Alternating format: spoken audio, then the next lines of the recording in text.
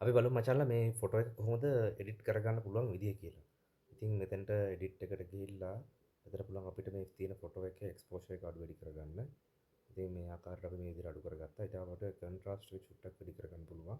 ඊට පස්සේ මේ ෆොටෝ එකේ තියෙන හයිලයිට්ස් තියෙන තැන් ටික අපිට පුළුවන් මේ විදිහට අඩු වැඩි කරලා බැලන්ස් කරගන්න. ඊට පස්සේ ඊට අමතරව මේ ෆොටෝ එකේ ෂැඩෝ එක හදාගන්න පුළුවන් මේ ආකාරයට. ඉතින් ෆොටෝ එකේ තියෙන වයිට් බැලන්ස් එක මේ විදිහට හදාගන්න පුළුවන්. ඒ වගේම ෆොටෝ එකේ තියෙන බ්ලැක් එක අපිට මේ විදිහට බ්ලැක් විදිහට හදාගන්න පුළුවන්. අපි දැනට ඔය ගාන වගේ තියාගෙන යමු.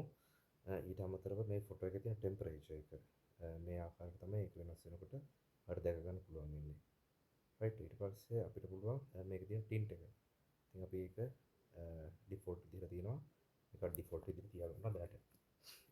ඊට පස්සේ ඉෆෙක්ට්ස් වලට ගිහිල්ලා ඉෆෙක්ට් වල පුළුවන් අපිට මේ ටෙක්ස්චර් එක මේ ෆොටෝ එකේ තියෙන ටෙක්ස්චර් එකේ ක්වොලිටි එක ටෙක්ස්චර් එකේ ලෙන්ත් එක අඩු වැඩි කරලා මේ විදිහට ස්මූත් තෝන් නම් නැත්නම් ටෙක්ස්චර් එකක් විදිහට මේ කියන්නේ මේකේ තියෙන HDR ක්වොලිටි එක පොඩ්ඩක් වැඩි කරලා දෙන්න පුළුවන්. ඒ වගේම තමයි මේ ක්ලැරිටි එක මෙන්න මේ ආකාරයට තමයි චේන්ජස් ටික වෙන්නේ. ඉතින් අපිට ක්ලැරිටි එක මේ ගන්නට වගේ අපි දැනට තියාගන්නවා.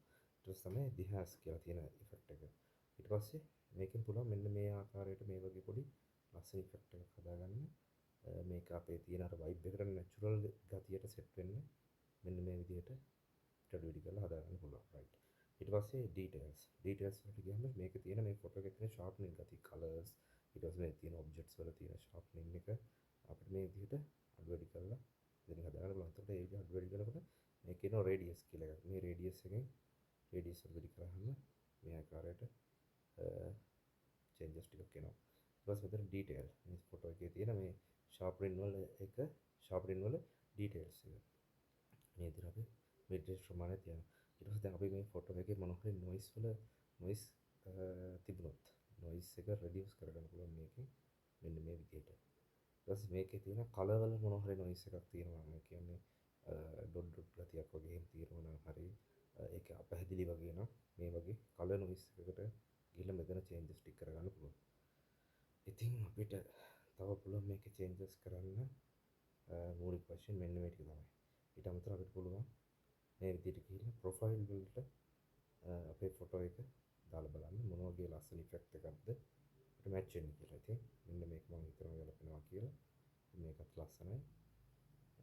මේ ආකාරයට අපි දා ගන්නවා ආටිස්ට් ෆෝ කියන එක. ඉතින් ඔහොම දාගෙන එනට ඕකේ කරගන්නවා.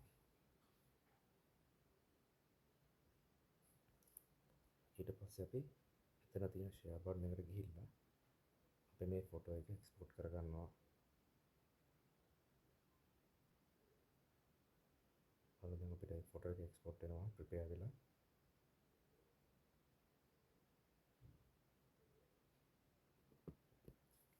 ඔන්න අපිට අපේ ෆොටෝ එක දැන් බලා ගන්න පුළුවන් එක්ස්පෝර්ට් වුණාට පස්සේ කොහොමද කියලා. එහෙනම් හැමෝටම ජය වේවා. අපේ channel එකත් එක්ක දිගටම රැඳිලා ඉන්න.